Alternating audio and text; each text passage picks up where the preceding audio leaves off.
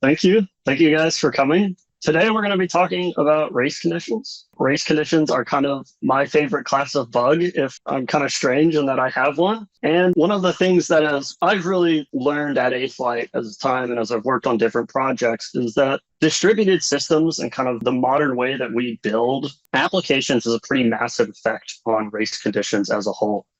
And I would like to explore some of those effects. I think when we go through, when I think about how I learned about this in school and when I maybe learned about this reading online, the focus of race conditions is often kind of focused on applications that are running locally on your machine. So you can think of more traditional applications. And we just don't really build software that way anymore. They are highly distributed. And I would just like to use this presentation as a way to just get you thinking about race conditions. Look for them in your own software. I'll preview what's come. We're going to talk about what a race condition is. I don't want to make any assumptions about people's backgrounds, but for some of you, this may be a review. But I think it's always good to set us up on the same foundation. We're going to look at the anatomy of a race condition, common elements, things to look for. You should look and see as like a red herring, think, oh yeah, that's something that I should scrutinize a lot closer. We're going to look at some examples of race conditions in web services that are based on examples that I have seen. And then we're going to highlight how distributed architectures affect race conditions, explain the different scenarios, recognize the race condition, and then look at strategies to mitigate it. And then at the end, we'll have some takeaways and further reading or further talks. So first, what is a race condition? A race condition is when the outcome or state of a system is dependent on the relative timing of multiple concurrent execution flows. So that's a lot of words, but let's break it down a little bit. The outcome or state of a system is just things that are visible. This could be a database, something along those lines, state of the database. This could be like an interaction, like an API call. This could be like a message sent to the users. And then the next one is kind of concurrent execution flows that I want to call out. I say execution flows in order to differentiate between different modes of concurrency, right? Between threads, coroutines, processes, distributed machines, all the different ways. So let's kind of explore those different execution flows. And by flow, I just mean something happening sequentially. This is kind of what you would think of as just the execution of a program. So the one that comes up the most when learning about race conditions is OS threads. This is typically handled by the OS. There's some context switching that preempts these if a thread is taking too long or isn't yielding control on its own. We have green threads, which are very much like OS threads, but they're typically handled by the language runtime, and then they are mapped to OS threads under the hood. You may have thousands of green threads and only a couple OS threads through the number of cores, and the language will handle that kind of context switching for you. Next up, we have kind of our cooperative family of execution flows. So these are things, coroutines, async await, event loops. And this kind of brings us to a really important point, and that is about concurrency versus parallelism. So one myth that you might have heard is that hey, if I don't have multiple threads on my machines, I cannot have a race condition. I can't be doing more than one thing at once. What people really mean to say is they mean to say you can't have data races. Just to kind of call out, we'll just call out what the difference between concurrency and parallelism is. Concurrency is where we have multiple independent tasks that make progress on their own, and that they can occur over an overlapping time frame. So one example of this is kind of responding to email or frantically working on probably this presentation. In my case, I could be said to be doing these things at the same time, laying them out on my calendar. They would show up at the same time, but I'm not necessarily making progress at the same time. Unless I'm literally have my hands on two separate keyboards. But in my case, I'm actually usually switching back and forth between working on email and working on my presentation.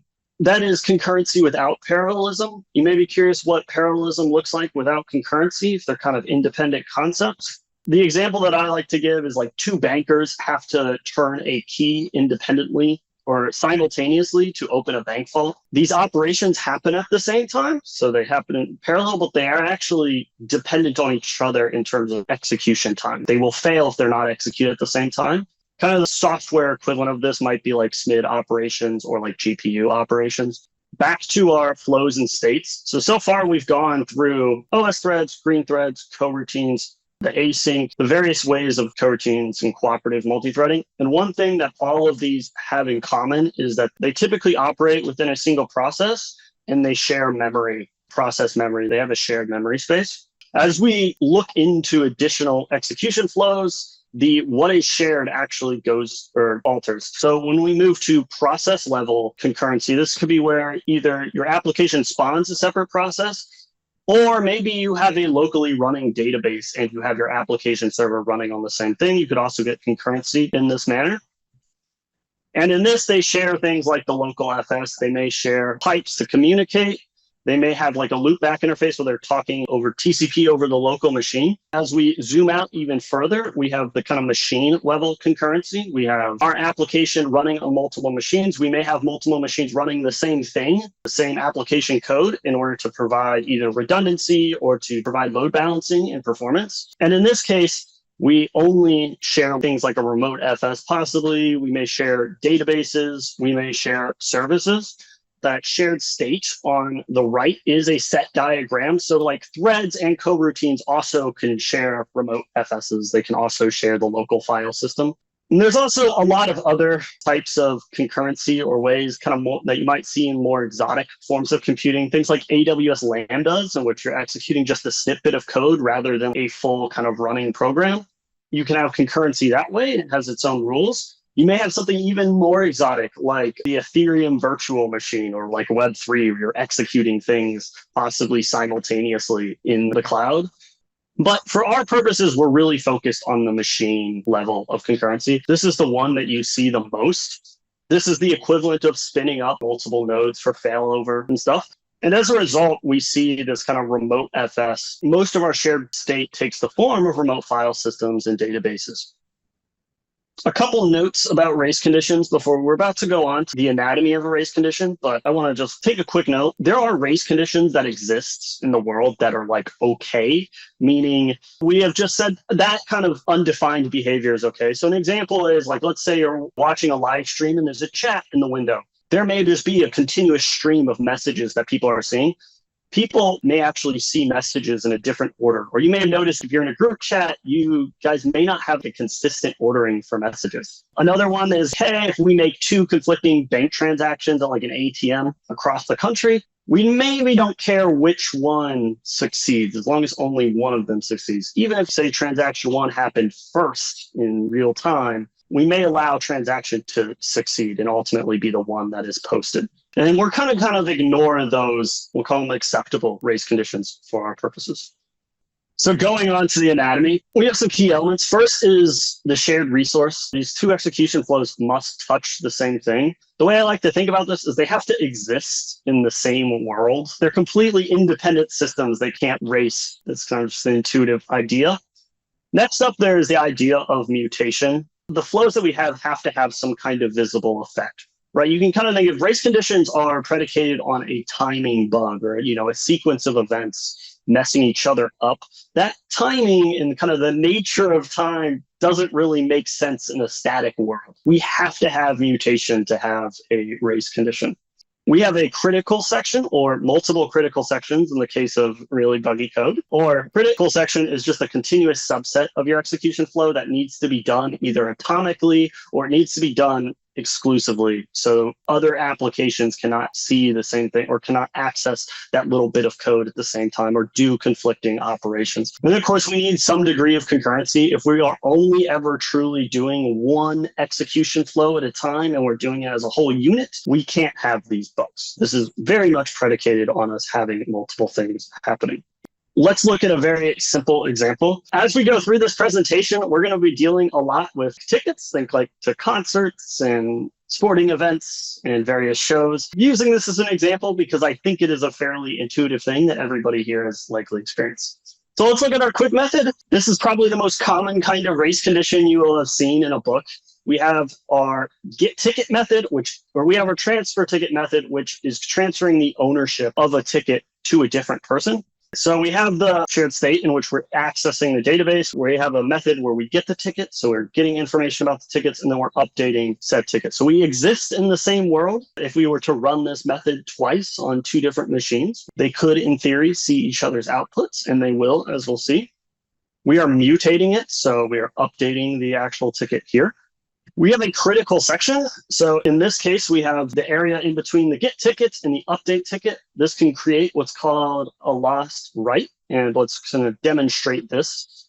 In order to do so, we're going to put kind of a time sequence and look at the database state. So left column is the interaction from our method, and the right column is the database state. And you can see that we get the ticket information, we check that the owner is as expected, and then we update it. If the issue isn't apparent, then we can kind of imagine shifting or having another concurrent transaction that does the same thing, but just shifted a little bit. In this case, you can see the right hand or the orange operation does the same fetch. Both operations pass their check, and then they both update to the new owner, and that is a conflicting update. There are a couple different ways to fix this. Probably the most common is the atomic compare and exchange, where you actually merge this get ticket operation and this update ticket operation into a single operation. It's one of the most common operations on databases. You could also introduce locking. So if this were running locally, that might be the most simple thing to do. If you're actually reaching out to a local database, you can probably just use kind of an atomic compare and exchange operation.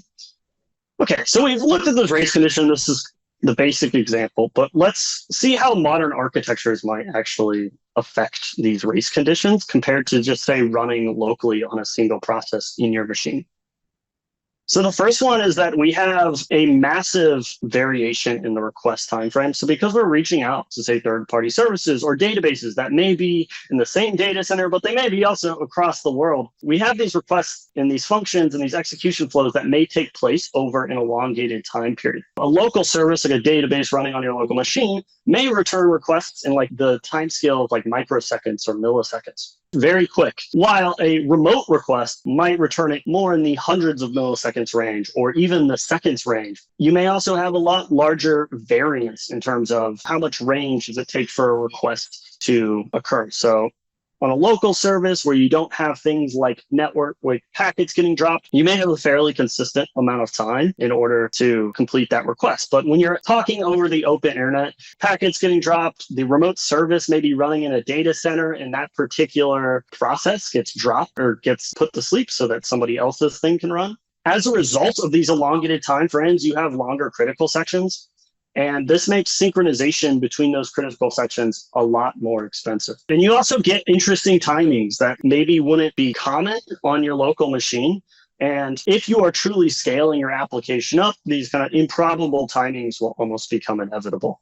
We have varying API behavior. So different services, different databases may make different consistency guarantees. One example of this could be kind of the strong, monotonic, eventually levels of read consistency.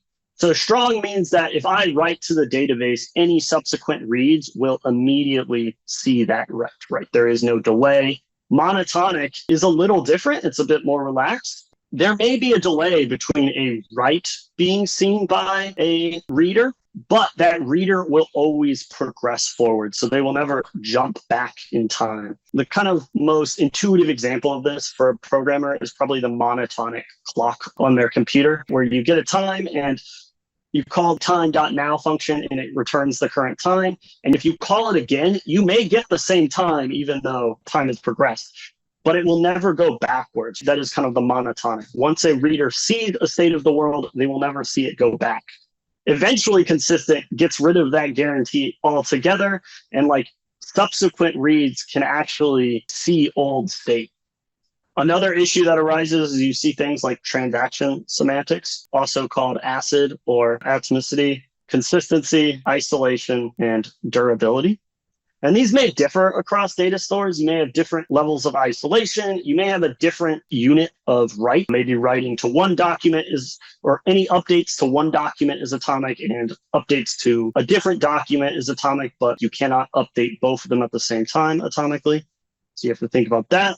And then you also just have like interesting failure modes. Like, how does an API say you should respond to, say, TCP connection getting dropped or killed midway through bad connections versus, say, an application error, and how should you respond to, say, 500 level application errors versus 400 level application errors?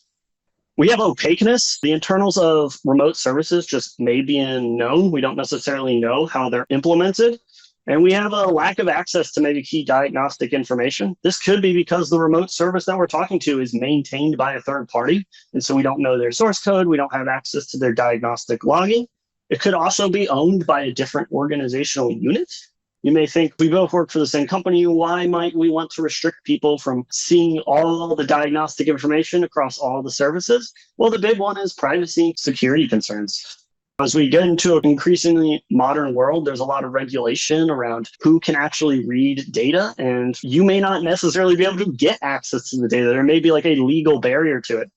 And then there's also just the security concerns. We kind of want to try to do the security through obscurity, as flawed of a tactic as that is. But another issue is that logging is difficult. You may not have a single source for all your logs. And even if you do and you aggregate those logs, it may provide misleading timing information. So if you're trying to step through multiple concurrent execution flows, you might have this problem where the log says it happened in this order, but it actually didn't. Because where does that log timestamp come from? Does it come from the machine generating the log?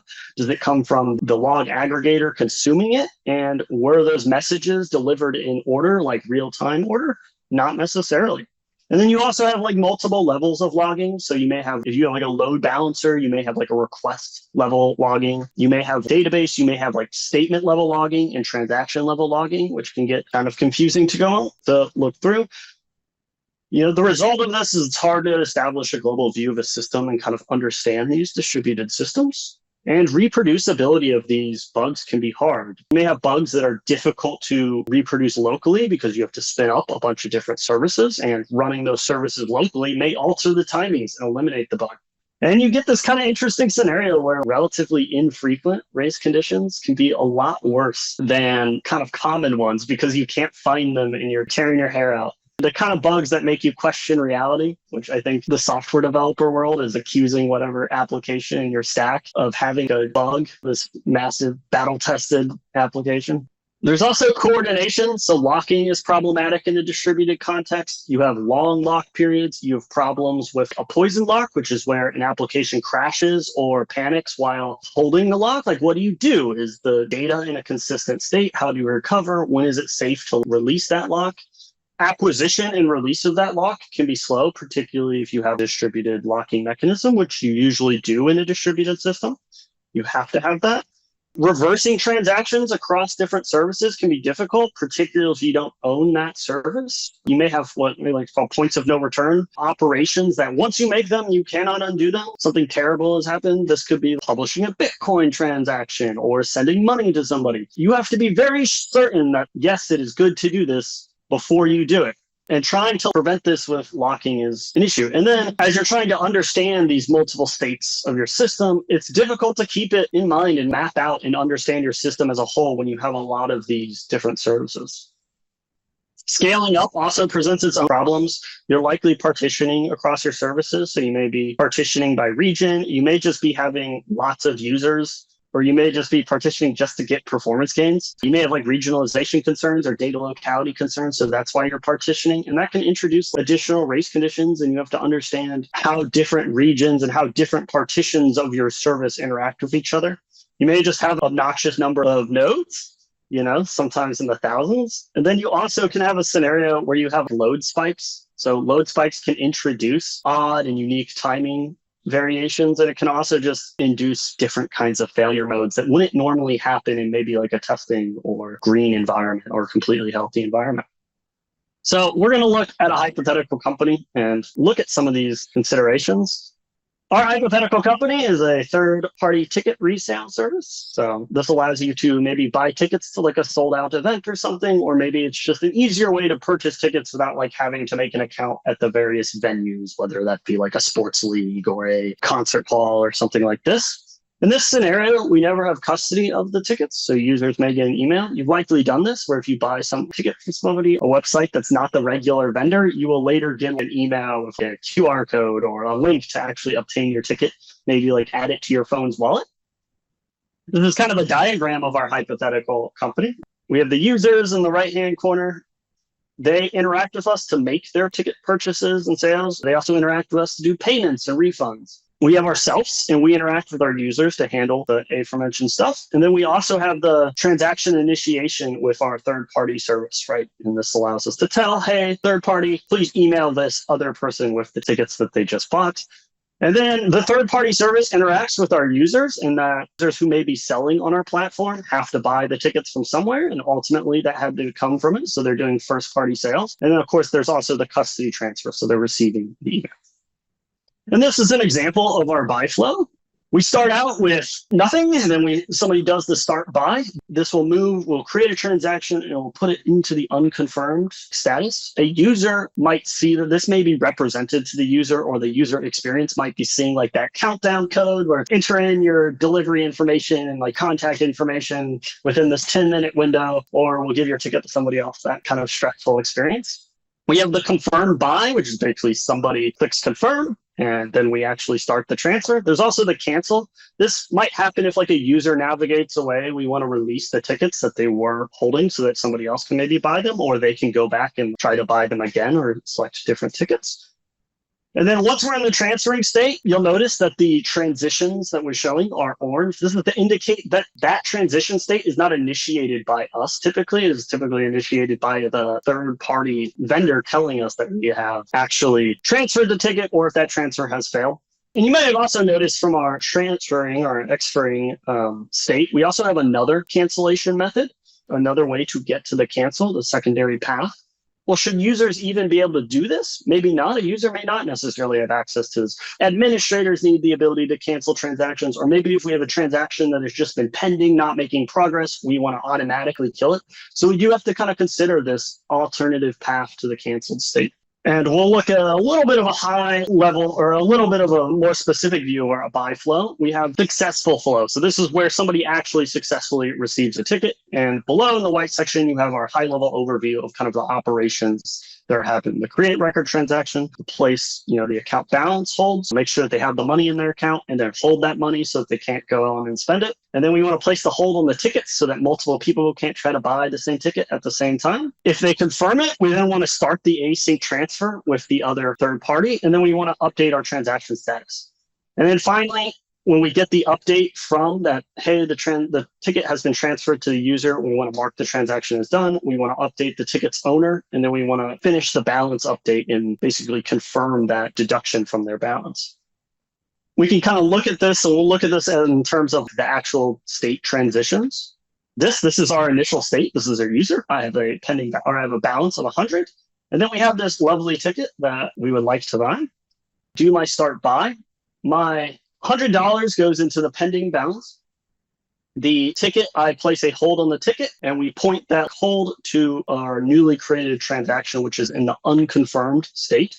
I will call out that there is that third expert field in that bottom white block in the right-hand column. That is a field that will allow us to track the progress of our third-party API call.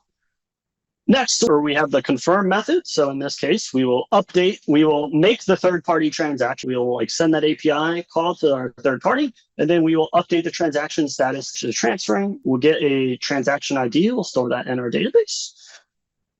And then hopefully it will come back as success, and we will do the final update, set the transaction to done, set myself as the owner, update the pending balance to 0 to note that we have actually made this transaction succeed. And just to lay that out kind of on a time frame, where we have those 3 columns at the bottom, the top one being our backends kind of interactions, the middle one being the DB, and the bottom one being the interaction with the third party. And we just quickly run through that. We do the checks. We initiate the async request. We update the status. And then we receive the async results. We match the transaction. We find that third-party transaction ID in our database, and then we update the transaction as done. We also have a cancel flow, which is considerably more simple. We start with our 2 columns, and our third column is the one that differs now. We just set the transaction to cancel, refund the balance, release the hold. And this looks like this in our kind of 3 sequential lines diagram. The problem is there is a race condition here. Let's imagine we did the confirm and we did the cancel purchase at the same time. We do the initial checks for the start buy, right? We start the transaction. The other person calls the confirm buy method, and this starts that process. And while they start this confirm by, they also cancel it. So we also get in our light blue, we get this other database operation. And now we've canceled the database, but we're still doing our async update. We still have this, and we're going to get the transaction ID, and we're going to put our database into like a very weird state, right? My user has his balance back. The ticket is no longer held, meaning somebody else can purchase it, and the transfer is still in progress. Something has gone horribly wrong. And if we play this out, we may end up with a database state like this, where my pending balance is -100. It's kind of application specific what effect that has. Maybe the balance is the only thing that's considered when making additional purchases. So maybe I could go on and just buy another ticket. The ticket in our database is said to be held by me, and the database is done, the transaction is done, but I have my money back. So clearly, we may have allowed people to double spend. How might we fix this? So one, we could put in locks. The problem with locking is there's kind of the performance concern. We don't know necessarily how long starting that async request may take. If we go back, that starting that async transfer may actually take a couple seconds. And we don't necessarily want to hold an expensive lock for that long. Or if that process dies unexpectedly, we may end up in a scenario where people just can't progress forward. And we have to manually look at our database and try to figure out what happened. Another way we could try to mitigate this is using two-phase commits. The only problem with this is you may not have an API to support this. So those you don't know, a two-phase commit is kind of where you ask a set of services, hey, prepare to do some operation, but stay in a state where we can either confirm that operation or cancel it. If a service succeeds in that initial request to start or make a pending operation, it always needs to be able to go in either direction until you actually make that final call. And that would look something like this, where we do the check, and then we make an initial check to prepare the third-party service to actually make that transaction. And then we come back to the update transaction, and then we start the async transfer. We'll call out here that this second check is very important. We cannot just update the transaction. We have to make sure that a cancellation did not sneak in there. And if we did try to do a concurrent cancellation, we may get something like this, where this check fails. In that scenario, we may also have to do a call to the third-party service to say, hey, release this transaction or release the tickets, but we'll leave that out for now. We'll ignore that handling. Another way we could do this, perhaps, if the third-party API does not support these kinds of two-phase commit style transactions, we could try to just invert the order. So do something like this, where the check occurs, we update the transaction status, and then we start the async transfer afterward. This requires us to have the ability to update the transaction ID that is present, or to set it ourselves. And we also probably need something like ability to burn a transaction ID to tell somebody, to basically tell a service to say, hey, this transaction ID either at this point needs to be associated with an existing transaction or it should never be used again. And the reason for that is we have to think about how might we cancel this transaction if we're in that transferring state. We have the two different paths to the canceled state. So lessons from our buy flow, one of the big ones is that we need to identify a point of no return. This, in our case, would be the starting of the async transaction to transfer the tickets to the user. We also need to evaluate our third-party API and make sure that they have the tools required to handle these concurrent cases. If they don't have this, then maybe we should not use this API, or we should reach out and try to understand how other users of this vendor have solved this problem, and make sure that we do a thorough evaluation. Whenever you are integrating a third party into your API, make sure that you understand these kinds of concerns and do these checks manually. Do your due diligence. And then also carefully evaluate the state of your actions. So I like to draw a state machine of the different database states we could possibly be in on a bunch of different failure modes. And then I try to make the transitions between those states as small as possible. This can get out of hand very quickly, but for transaction logic, like financial transactions, I found it's been very helpful.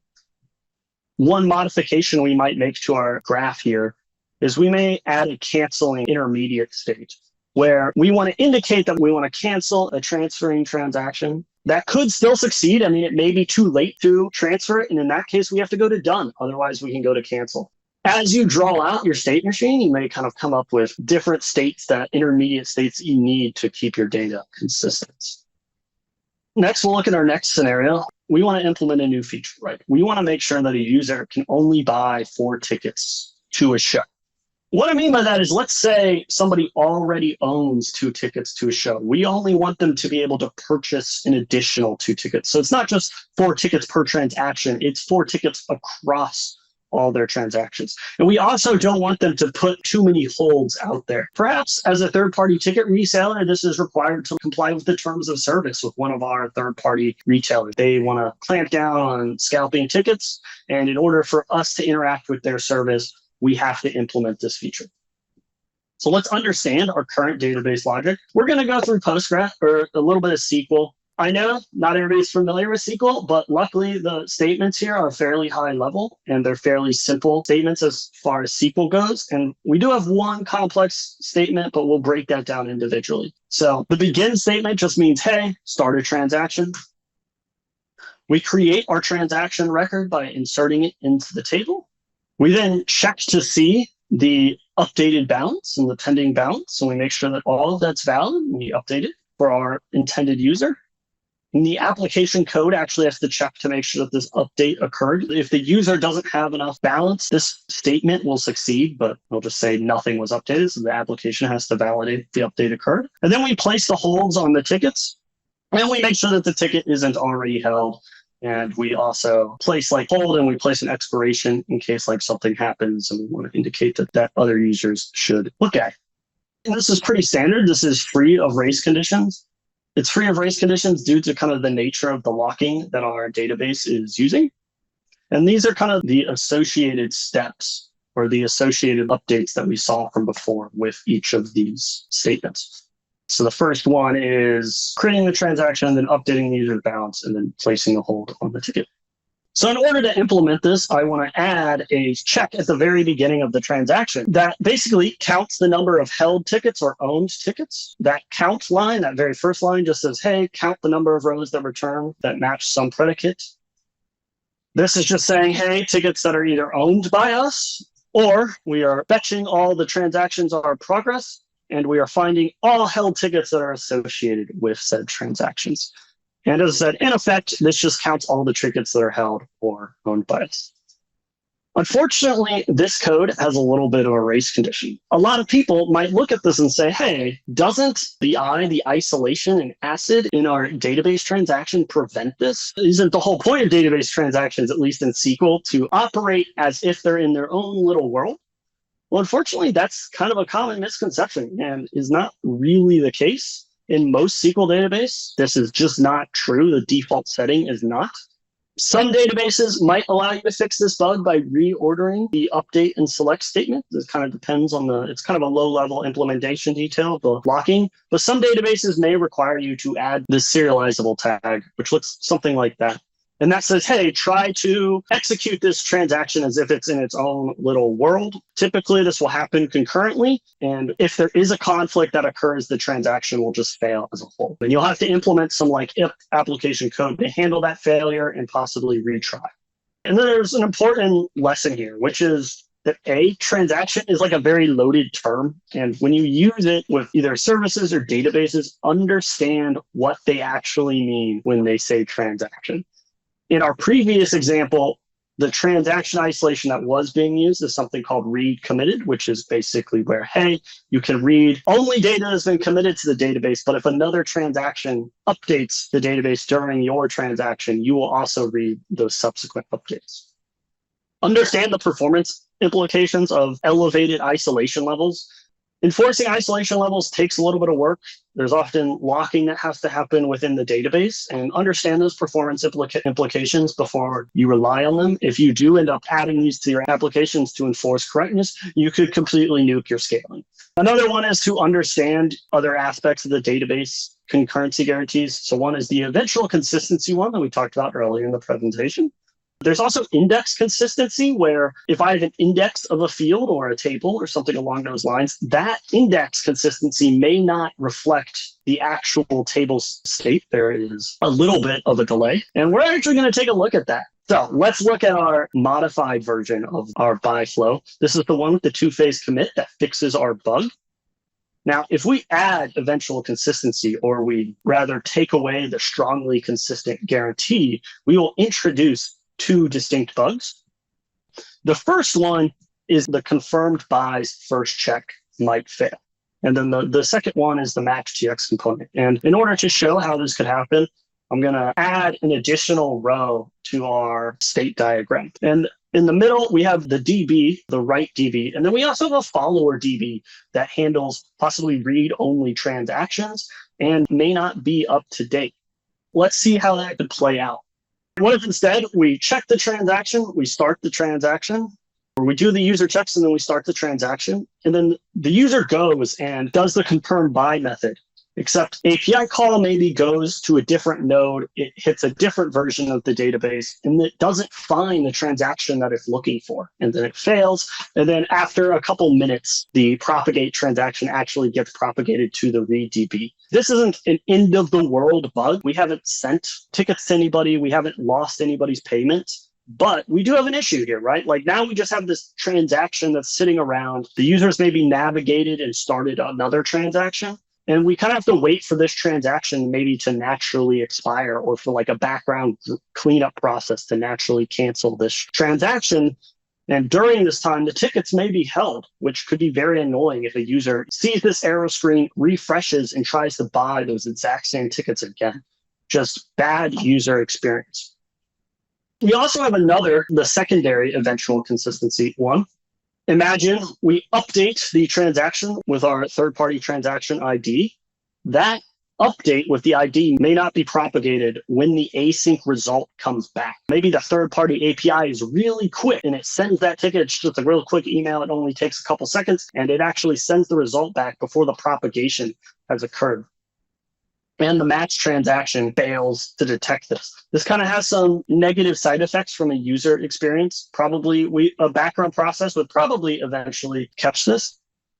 You may quickly be wondering, could the match and the update transaction in this flow be kind of merged in this bottom right-hand corner? Like, why are those separate?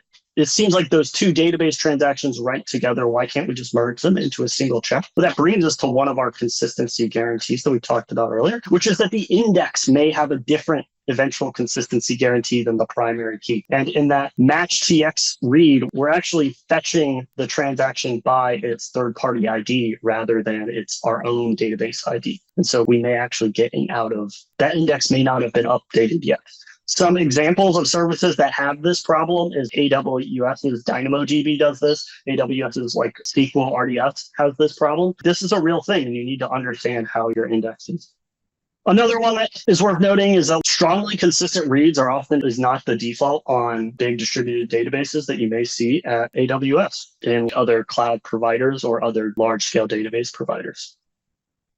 We may be able to fix this by also adding a cooling off period. Basically, if we receive that async request back or that async status update back and we don't recognize the transaction or the third-party transaction ID, we may be able to just say, hold on to that and try to look for it in the database when we're certain that that propagation has occurred. Some lessons from this: know your default consistency level.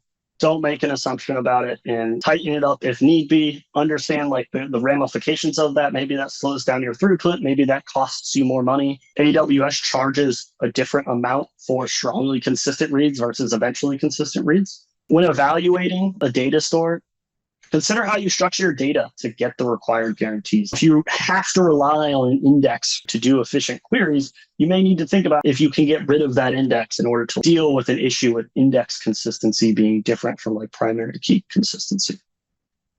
Kind of coming to the end of the talk, and I did not provide a lot of solutions to these problems or solutions that you may see in your own individual world. That's kind of intentional. It would be very presumptuous to assume that the race conditions that I have seen are the same that would be in your application. And so really at the main goal is I want you thinking about race conditions when you leave here today. And when you think about race conditions, I want you to keep an eye out for critical sections in your own code. Understand the transaction guarantees of your databases, the consistency guarantees of services and databases that you use. Think about the state of your machine, design a state machine if needed, and maybe try to find race conditions out in the wild. One example of designing the state of your application and trying to find race conditions in the wild that I like to think is an example of the race condition is a big bank's like overdraft fee. A lot of people think like, oh, that's just a nuisance fee that banks charge people and it's just kind of this predatory thing. But overdraft fees used to be a feature, and it was to deal with this kind of inconsistent state of somebody's account where they may receive a check and deposit it in their account and immediately write another check. And there may be delay between funds actually being deposited in their account and when they actually spend those funds, and it may overlap and they may have negative periods of bounce. And that's why the overdraft fee. So when designing your data model, maybe consider weakening some of your invariance about your data, and you may be able to scale better and solve particular problems. And finally, on the vein of kind of concurrency and race conditions, I have some favorite talks about these. I was going to think about giving you guys some reading that is about this, but I think that's nobody needs another book to put on their shelf and just sit there and accumulate dust. But these are some talks that I think are just entertaining. The first is Transactions, Myths, Surprises, and Opportunities by Martin Kleppman. If you recognize that name, that's because he's also the author of Designing Data-Intensive Applications. And he talks about, the ACID guarantees and database transactions. And he goes more into my second example. Another one is Concurrency is Not Parallelism by Rob Pike. He is a designer of the Go programming language, and Go is designed to be a concurrent language. And I think this puts a lot of excellent information about how Go is designed around concurrency. And then finally, this is going to be a fairly niche one, but I enjoy it because I like to think about how computers work at the core level. This is very much in the kind of old school application. If you're working in a game engine, you may want to watch Atomic Weapons by Herb Sutter. It's an explanation of atomics and kind of memory ordering, the definition of release, acquire, relax, sequentially consistent, acquire, release in these memory orders. It's a fairly niche one, but it does go into a little bit about how computers work under the hood and kind of the weird assumptions and weird states that it can get into.